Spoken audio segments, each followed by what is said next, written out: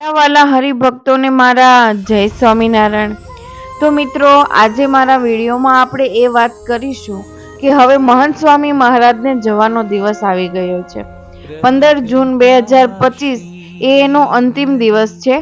પછી તે સુરત છોડી અને બીજા સિટીમાં રવાના થવાના છે, એટલે કે વિચરણ કરવા જવાના છે। 15 જૂન 2025 ઇતિહાસના પાનામાં લખાઈ ગયેલી એક શાંત સાંજ।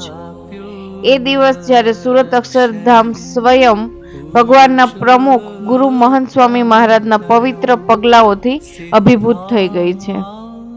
સવારથી જ સ્વામીએ શાંતિથી ભજન સ્મરણમાં દિવસ વિતાવ્યો, ભક્તોના દર્શન કર્યા, હરિભક્તોની લાગણીને સ્પર્શી ગયા। તેમનું દરેક દર્શન એવું લાગતું હતું કે હવે હું છેલ્લી વાર તને જોઈ રહ્યો છું, પણ પ્રેમમાં હું તારો થઈને જ રહીશ। તો મિત્રો, આપણને બધાને ખબર જ છે કે સ્વામી શ્રી બધા હરિભક્તોને રાજી કરવા માટે અંતિમ દર્શન આપી અને પછી રવાના થવાના હતા।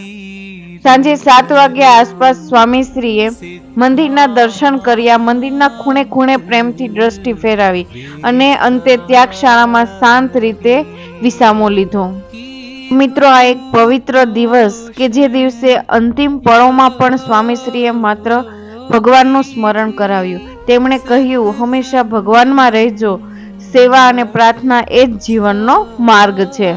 સ્વામીશ્રીના મુખમંડળ પરથી છલકાતી શાંતિ, ભગવાનમાં લીનતા, એ દ્રશ્યો હવે હજારો ભક્તોના હૃદયમાં હંમેશ માટે જીવી રહ્યા છે। ભક્તો આંખમાં આંસુ સાથે મહંત સ્વામી મહારાજના દર્શન કરે છે અને તેને નમન કરે છે। તો મિત્રો, આપણને ખબર જ છે કે મહંત સ્વામી મહારાજ અવારનવાર સુરત આવતા જ રહે છે, પણ એને આ વખતે ઘણા દિવસો રોકાય અને મંદિરની એટલી હદે સેવા કરી છે અને મોટા કામો કર્યા છે, મૂર્તિની પ્રાણ પ્રતિષ્ઠા કરી છે, એટલે બધા જ ભક્તોના હૃદયમાં સ્વામીની આ હાજરી એક દિવ્ય શક્તિનો અનુભવ કરાવી દીધો છે।